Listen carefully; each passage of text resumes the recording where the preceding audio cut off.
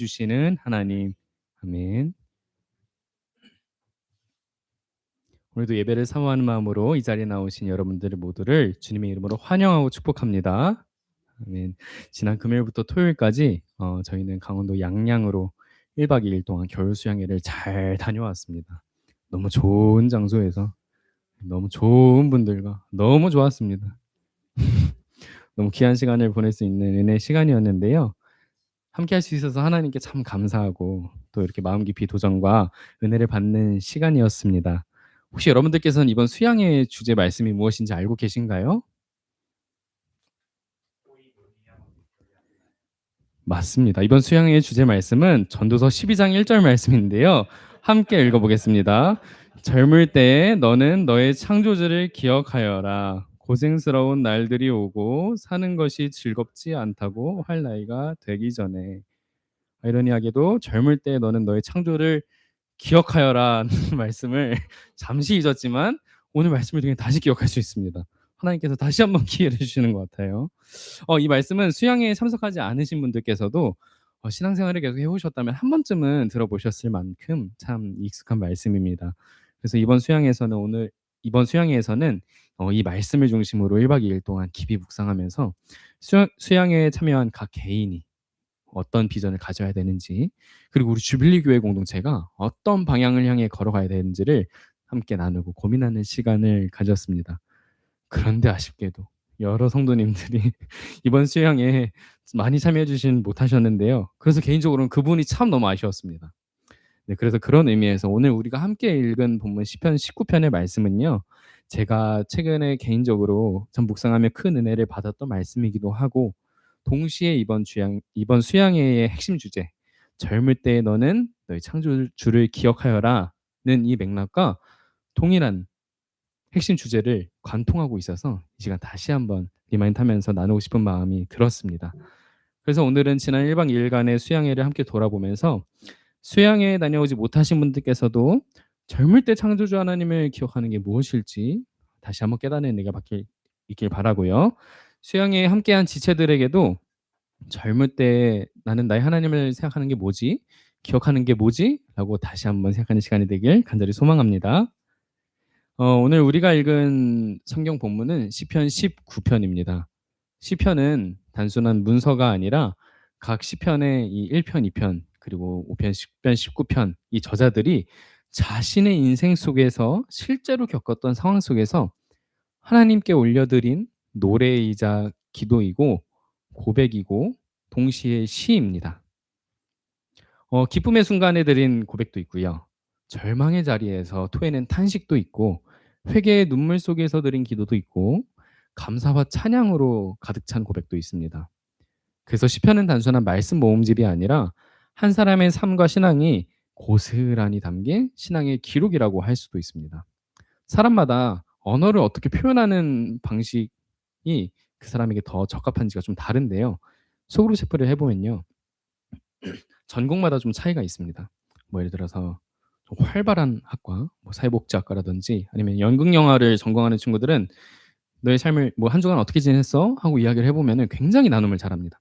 전 이번 주에 저랬고요. 전 지난 학기 어땠고 이번 학기는 뭘 할 거고요. 막 제절제절 좀 커트를 해야 돼요.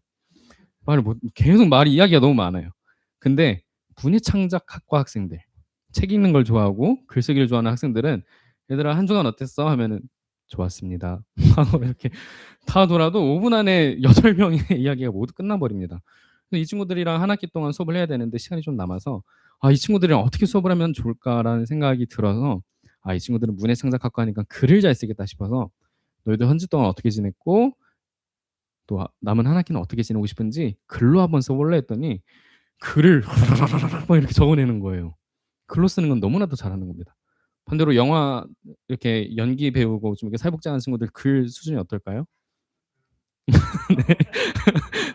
네. 세 줄 쓰고 쓸 말이 없어요. 이렇게 말합니다. 그래서 문예창작학과에서 글 다 쓰게 하고 글 읽게 하면은 정말 시간이 오래 걸립니다. 저는 한 주간 이렇게 조목조목 좀 논리정연하게 잘 쓰더라고요. 이처럼 사람마다 탤런트가 다른 것 같아요. 이 시편의 기자도 아마 그런 것 같습니다. 우리 지난주에 성빈 형제가 비슷한 얘기를 했었는데요. 기도를 하려고 하니 잘 떠오르지가 않더랍니다. 근데 본인의 생각을 정리하면서 글로 적었더니 뭔가 이게 정리도 되고 '하나님이 이런 마음을 가지고 계시겠구나.' 하면서 그게 와닿아졌더래요. 그래서 아마 오늘 시편을 쓴 이 시편의 기자도 본인이 쓰는 이 글의 재능으로 하나님을 그 시로 찬양하고 하나님을 표현했던 것 같습니다. 근데 여러분들께서는 평소에 좀 시를 좋아하십니까?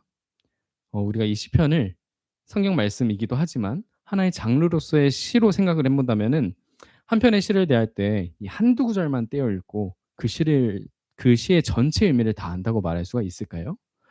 아마 좀 그렇게 말하기는 어려울 겁니다. 그래서 오늘 설교 본문도 시편 19편을 통째로 읽었던 겁니다. 평소보다 좀 길긴 했지만 시편을 통째로 읽을 때 이 시에 담긴 시인의 마음이 좀 와닿아지기 때문입니다. 제가 짧게 예시를 한번 들어보겠습니다. 이건 제가 대학생 때 되게 좋아하던 시였는데요. 제목은 이렇습니다. 봄의 정원으로 오라. 전반부가 이렇습니다. 봄의 정원으로 오라. 이곳에 꽃과 술과 촛불이 있으니 만일 당신이 오지 않는다면 이것들이 무슨 의미가 있는가? 전 좀 수양이가 생각이 나더라고요. 이곳에 좋은 숙소와 회와 맛있는 한식이 있는데 여러분들이 오지 않는다면 무슨 의지가 있는가? 제가 여러분들에게 이 시의 일부만 딱 이렇게 보여준다면은 '아 그래. 잘 준비했는데 안 온다면 무슨 소용이 있겠어.' 이렇게 받아들이겠죠? 근데 후반부에는 다시 한번 역설시키는 시의 내용이 있습니다. "그리고 만일 당신이 온다면 이것들이 또한 무슨 의미가 있는가?" "내가 이렇게 준비를 했는데 너가 안 오면 무슨 소용이야. 근데 만약에 너가 온다 해도 너에 비해 이것들은 아무것도 아니야." 이런 내용인 겁니다. 이 시는 제가 말씀드렸던 것처럼 통체적으로 바라봐야만 그 시의 마음과 의도를 충분히 느낄 수가 있습니다. 마찬가지로 시편도 그렇습니다. 어느 한 구절 딱 떼어서 우리 말씀에 항상 이렇게 지니고 다니면서 외우는 것도 너무나도 중요하지만 그 시편이 쓰인 전체 흐름과 구조 그리고 시편 기자의 마음과 고백의 흐름 속에서 읽을 때 우리는 그 마음을 더 통전적으로 이해할 수가 있는 것입니다. 그래서 오늘 말씀은 시편을 단 몇 구절의 말씀이 아니라 한 편의 시로 한 편의 예술 작품으로 다시 한번 읽어보는 시간이 되길 원합니다.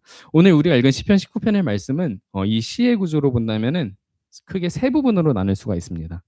함께 읽을 때는 잘 보이지 않았던 구조가 조금 더 주의 깊게 살펴보면은 분명하게 드러나는데요. 오늘 저희가 사실 시편 19편을 두 번 읽었습니다. 여러분 혹시 알고 계십니까? 예배로의 부름 때 읽었는데 민수님 제가 그때는 미처 행차하지 않으셔서 못 들었습니다. 네. 그래서 처음에 예배로의 부름 때 읽었었고 그리고 오늘 설교 본문으로 함께 읽었었는데요. 제가 처음에 여러분들께 예배로의 부름으로서 낭독해 드리지 않았습니까? 사실 성경 말씀은 우리가 지금 읽는 이 글로 써 있는 것보다 듣는 말씀으로서의 의미가 훨씬 더 강했다고 합니다. 그래서 여러분들께서는 한번 전체를 낭독하면서 들으셨고요. 그다음에는 교독하면서 여러분이 입 밖으로 내뱉는 방식으로 시편을 읽어 보았습니다. 근데 우리가 이렇게 읽을 때는 몰랐지만 사실 이 시에는 구조가 있다는 것입니다. 첫 번째 부분은 1 절에서 6 절까지의 말씀입니다.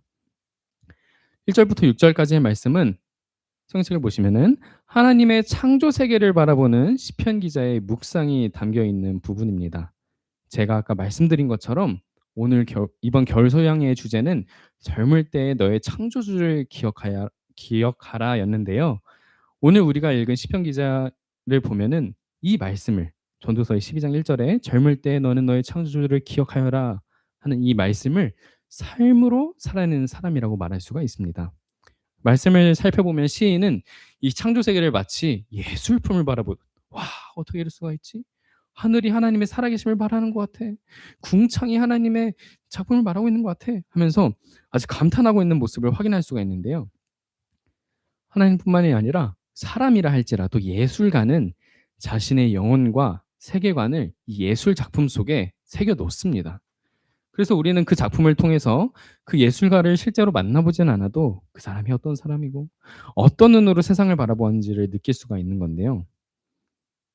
어제 오후에 우리 수양의 일정 중에 청년들과 함께 메밀꽃 필 무렵으로 유명한 이호석 작가의 문학관을 방문했습니다. 전문가분의 이렇게 설명을 들으면서 당시의 이런 사회적 배경과 문화 그리고 작가의 삶을 함께 이렇게 살펴보는 시간이었는데 그중에 제가 좀 특별히 기억에 남는 장면이 하나 있었습니다. 기념관에서 메밀꽃 필 무렵에 이렇게 한 부분을 목사님이 대표로 이렇게 낭독해 주시는 시간이 있었는데 그 내용을 짧게 말하면 이렇습니다. 산허리는 온통 메밀밭이어서 피기 시작한 꽃이 소금을 뿌리듯이 흐뭇한 달빛에 숨이 막힐 지경이다. 라는 문장을 읽는 순간 민성 형제가 깊이 감탄하는 모습을 보였습니다라고 이렇게 원고에 적혀 있어요. 또 감탄하죠. 그리고 그 이벤트가 마치고 다 마치고 나서 이렇게 말하더라고요. 민성 형제 말투 다 아시죠? 저는요 고등학생 때 메밀꽃 필무렵을 읽었는데요. 이 표현들이 너무 좋아서 지금도 기억하고 있어요. 제 뼈에 새겨진 것 같아요. 이렇게 말을 하는 거예요. 우리가 오늘 읽은 시편 기자의 말씀도 동일합니다. 시편 19편 1절에서 6절 말씀 제가 대표로 읽어보겠습니다. 하늘이 이야기해 준다네. 하나님의 영광을. 하나님 손의 작품이 말해준다네. 둥근 지붕이. 낮이 낮에게 말을 쏟아낸다네. 밤이 밤에게 아는 것을 알려준다네. 말도 없고 말씀들도 없다네. 들리지 않는다네. 그 말씀들의 소리가. 온 땅으로 퍼져나갔다네. 그 말씀들의 울림이. 세상 끝으로 그 말씀들 한마디 한마디가. 해를 위해 하나님이 하늘에 천막을 치셨다네. 해는 신혼방에서 나오는 신랑 같다네. 용사처럼 기뻐하며 자기 길로 달려간다네. 하늘 한쪽 끝에서 나와서 다른 여러 쪽 끝에서 돌아선다네. 아무도 그 뜨거움을 피할 수 없다네. 1절에서 6절까지의 말씀은 이 창조 세계에 대한 시인의 고백입니다. 민성 형제가 시를 듣고 와, 정말 이 작품은 제 뼈에 새겨진 것 같아요 한 것처럼 이 시편 기자도 하나님의 이 창조 세계, 하나님이 만드신 이 너무나도 완벽한 예술 작품을 보면서 그 영혼에 뼈에 새겨졌던 것 같아요. 와, 하늘도 노래하는 것 같은데 이 하나님의 영광을 노래하는 것 같다. 어떻게 이 천지 만물을 이렇게 창조하실 수가 있지? 하고 놀라고 있는 겁니다. 이처럼 예술가의 성품과 마음은 그가 만든 작품 속에 자연스럽게 담기게 됩니다. 작품은 단순한 결과물이 아니라 그 사람의 세계관과 내면을 비추는 거울이 되기 때문입니다. 이와 마찬가지로 피조 세계 또한 하나님의 영광과 신비와 위엄을 말없이 드러내고 있습니다. 우리가 눈을 두어 하늘을 바라보아도 발 아래 작은 들꽃 하나를 들여다보아도 그 속에는 창조자의 영광과 신비와 위엄이 담겨 있습니다. 그러나 모두가 예술 작품을 통해 감동을 받지 않듯이 모두가 이 창조 세계를 통해 하나님을 발견하는 것은 아닌 것 같습니다. 세상의 학문은 어떻게 말합니까? 세상의 과학은 이걸 어떻게 설명합니까? 이 세상의 기원과 피조물들의 존재를 어떻게 말하고 있습니까? 흔히 그것을 우연이라는 언어로 설명을 합니다. 세상의 기원에 대한 과학적 설명에 관심이 있거나 조금이라도 접해보신 분들이라면 이런 방식이 익숙하실 것입니다. 하나님을 전제하지 않는 세계 속에서는 이 모든 일들, 우리가 바라보는 하늘, 그리고 우리의 존재인 여러분들, 이 모든 일들의 목적이 전제되어 있지 않습니다. 사람이 존재하게 된 것도, 생명이 시작한 것도, 더 나아가 이 우주 자체가 존재하게 된 것도 의도와 뜻이 아닌 자연적 과정과 우연의 결과로 설명이 됩니다. 제가 아까 말씀드렸던 메밀꽃 필 무렵에 너무나도 아름다운 문체와 문학적인 표현들이 참 많지만 그 소설에서 등장하지 않는 것은 무엇일까요? 그건 바로 이유석 작가 본인입니다. 본인은 그 작품 속에서 드러나지 않습니다. 하지만 우리는 그 작품을 통하여서 이유석 작가를 만날 수가 있는 것입니다. 그런 것처럼 우리 기독교 신앙인들은 이 세상을 통하여서 온 천지 만물을 통하여서 이것이 그저 우리에게 주어졌구나라고는 말할 수가 없는 사람들인 것입니다. 제가 군대에서 과학을 공부하고 생명공학을 공부한 친구랑 이런 얘기를 한 적이 있어요. 진짜 세상의 기원과 이 현재의 과학계가 세상을 설명하는 방식에 대해서 알고 있는 분이시라면은 이 세상이 이렇게 일어나고 이렇게 만들어지고 사람들이 이렇게 살아가는 것은 말도 안 되는 확률로 진행되었다는 것을 알고 계실 겁니다. 그 친구랑 이렇게 얘기를 한 거예요. 정말 "너는 이 세계를 보면서 그 말도 안 되는 확률과 이 세상이 이렇게 만들어질 수 있는 게 너무 놀랍지 않아?" 라고 얘기를 했는데 그 친구도 그걸 인정을 하더라고요. 정말 그렇죠. 이 세상이 이렇게 만들어질 수 있는 것은 정말 기적과도 같은 일이고 어떻게 이런 일이 발생하는지 저는 설명할 수가 없습니다. 근데 "이 작품들 속에 이 세상 가운데에 어떤 목적이나 의도가 있다고 생각하지는 않아?" 라고 물어봤을 때 그 친구는 그 질문에 대해서 "그렇지 않다."고 대답을 했습니다. 그러면서 "이것은 아주 극히 작은 확률이긴 하지만 그럼에도 일어날 수 있는 확률은 있는 거잖아요." 하면서 우연과 무목적성에 믿기로 했다는 것입니다. 그래서 사실 신을 믿지 않는 사람들, 하나님을 믿지 않는 사람들도 하나님이 없이 이 세상이 만들어졌다라고 말하기에는 설명해야 될 것들이 너무 많습니다. 그럼에도 불구하고 그 우연과 목적 없음을 믿고 있는 것이지요. 하지만 성경은 분명히 말합니다. 오늘 이 시편을 쓴 시편 19편의 기자도 분명히 말하고 있습니다. 이 세상은 분명한 목적을 가지신 하나님께서 창조하신 세계이며 우리는 그분의 뜻과 계획 속에서 의미 있게 부르심을 받은 존재라고 선포합니다. 그렇게 우리에게 있어서 이 창조주 하나님을 고백하는 신앙은 너무나도 중요한 것입니다. 사랑하는 주빌리교회 성도 여러분, 우리가 믿는 하나님을 창조주 하나님으로 고백하시길 바랍니다. 함께 고백해 볼까요? 하나님은 창조주이십니다. 하나님은 창조주이십니다. 이 창조 세계를 통해 여러분 한 사람 한 사람을 향한 하나님의 사랑을 삶 속에서 맛보고 경험하고 깨닫는 은혜가 함께하길 소망합니다. 이제 창조 세계에 대한 시인의 이 놀라운 감탄을 넘어서서 7절에서 11절까지의 말씀을 살펴보면요. 하나님의 말씀에 대한 묵상을 나누고 있는 것을 확인할 수가 있습니다. 시인은 하나님께서 온 우주와 모든 생명을 창조하시고 멀리서 그저 팔짱을 끼고 계신 분이 아니라고 말하고 있습니다. 7절에서 11절까지의 말씀은 그 전반부가 창조 세계에 대한 얘기였다면요. 7절에서 11절까지의 말씀은 하나님의 말씀에 대한 이야기입니다. 이 세상을 움직이는 룰에 대한 이야기인 거예요. 하나님은 창조하신 분이 아니시라 우리와 말씀으로 함께 하시는 분이십니다. 특별히 7절에서 11절까지의 이 표현들을 보면 그렇습니다. 여호와의 가르침은 완전하여 여호와의 증언은 믿을 만하여 여호와의 지시들은 올곧아서 여호와의 명령들은 깨끗하여. 지금 이렇게 제가 파란색으로 표시해 둔 부분들 있잖아요. 가르침, 증언, 지시들, 명령들, 이것들은 그 당시에 이스라엘 백성들 사이에서 하나님의 말씀으로 표현되는 것들을 다 가지고 온 겁니다. 여호와의 지시들이라고 말하기도 했고요. 여호와의 명령들이라고 말하기도 했고요. 여호와의 가르침들, 증언들. 그러니까 시인이 말할 수 있는 하나님의 말씀에 대한 방식을 모두 말하면서 이 모든 것들은 너무 아름답기만 합니다라고 말하고 있는 것입니다. 곧 이어서 하나님의 말씀에 대한 찬양에 대한 마지막 부분에서 시편 기자는 이렇게 말합니다. 함께 읽어보겠습니다. 더 탐낼 만합니다. 금 많은 순금보다 더 답니다. 꿀 생꿀보다. 사랑하는 주빌리교회 성도 여러분, 여러분들께서는 이 시편 기자가 말하는 하나님의 말씀, 하나님의 지시, 명령, 가르침, 증언, 이런 것들이 너무나도 가치 있고 귀해서 정말 순금보다 귀하십니까? 간절히 말하기는 하나님의 말씀을 가까이 하고 말씀을 읽고 묵상하고 붙드는 삶 속에서 말씀이 주는 유익과 생명의 능력이 실제로 누려지는 이 시편 19편 10절의 말씀이 정말 우리 삶에 체화되어지는 그런 우리가 되길 간절히 소망합니다.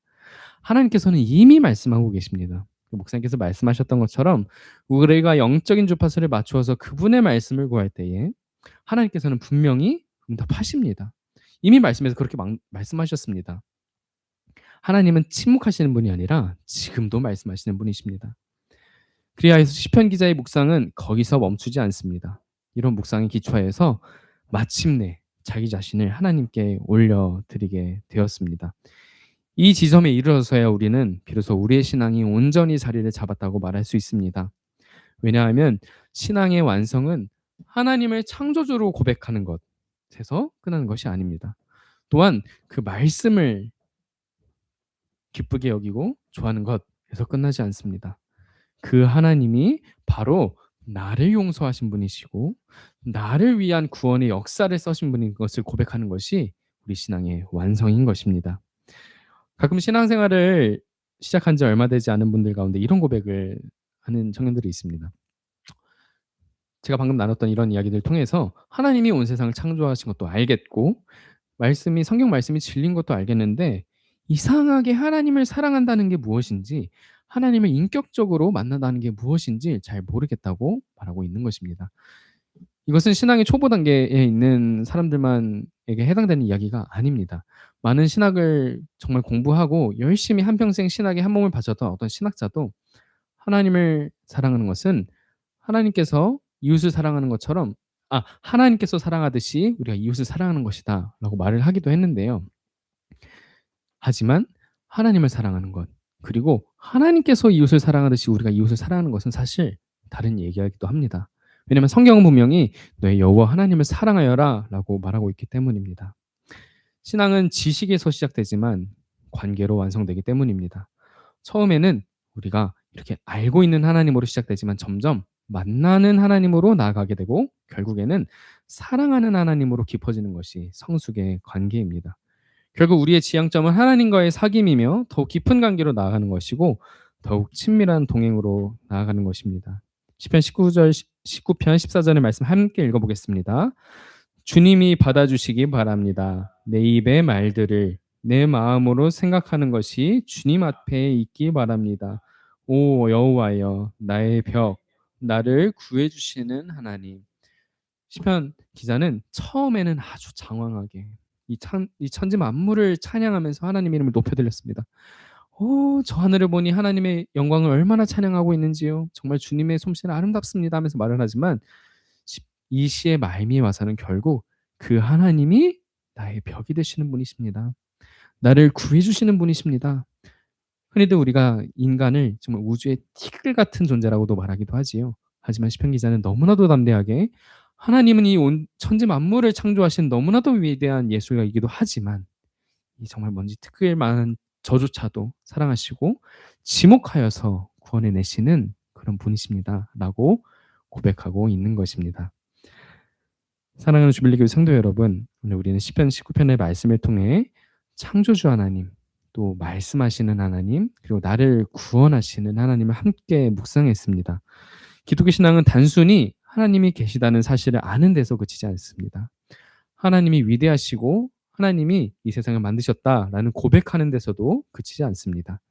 이 신앙의 완성은 그 위대하신 하나님이 바로 나를 만드신 하나님이며 나를 아시는 하나님이시며 나를 사랑하는 하나님, 나를 구해주신 하나님이라고 고백하는 데 있습니다. 간절히 바라기는 이 자리에 모인 우리 모두가 살아계신 하나님을 더 깊이 경험하며 알아가는 은혜가 삼성의 풍성이 임하기를 간절히 소망합니다.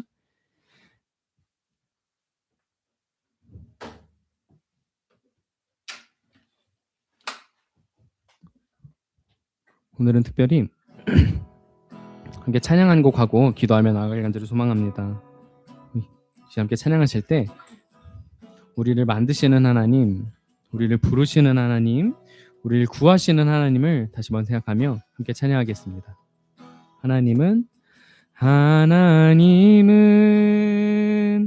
너를 만드신 분, 너를 가장 많이 알고 계시며 하나님은 너를 만드신 분, 너를 가장 깊이 이해하신단다. 하나님은 너를 지키시는 분, 너를 절대 포기하지 않으며 하나님은 너를 지키시는 분, 너를 쉬지 않고 지켜보신단다. 그의 생각 셀 수 없고 그의 자비 무궁하며 그의 성실 날마다 새롭고 그의 사랑 끝이 없단다. 그의 생각 셀 수 없고 그의 자비 무궁하며 그의 성실 날마다 새롭고 그의 사랑 끝이 없단다. 그렇습니다. 우리를 만드시고 온 세상 천지 만물을 창조하시고 우리와 함께 하신 하나님의 생각은 정말 셀 수 없이 기쁘십니다. 정말 하나님의 자비는 무궁하며 그의 성실은 날마다 새로워지고 있습니다.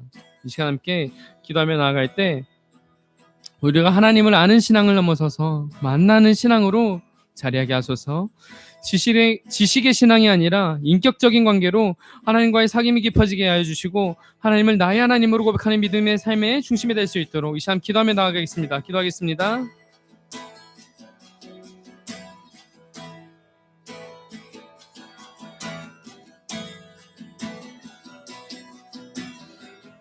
오 하나님, 주님은 정말로 온 세상 천지 만물을 지으시고 우리에게 말씀하는 분이시며 우리를 지목하여서 구원하시고 새로운 역사를 보이시는 분이심을 고백하며 나아갑니다. 주님의 생각은 셀 수 없으며 주님의 자비는 무궁하고 우리가 주님 안에 거할 때에 그 모든 만족을 누릴 수 있음을 고백하며 나아갑니다. 주님, 우리가 주님의 자비를 생각하며 나아갈 때에 다시 한번 주님과 깊은 사귐으로 나가는 우리 되게 하여 주시고 주님의 성실로 말미암아 우리 삶이 다시 한번 새로워진 역사 일어나게 하여 주시옵소서. 하나님, 우리 삶을 만드시고 다시 한번 창조하시는 주님을 찬양하며 나아갑니다. 우리 삶 속에 찾으신 하나님을 기억하며 나아갑니다. 정말 셀 수 없는 주님의 자비를 다시 한번 묵상하며 나아갈 때에 정말 구원의 기쁨에 우리 가운데 다시 임할 수 있도록 우리 가운데 주님의 사랑이 흘러 넘칠 수 있도록 주님 우리와 함께 하여 주시옵소서.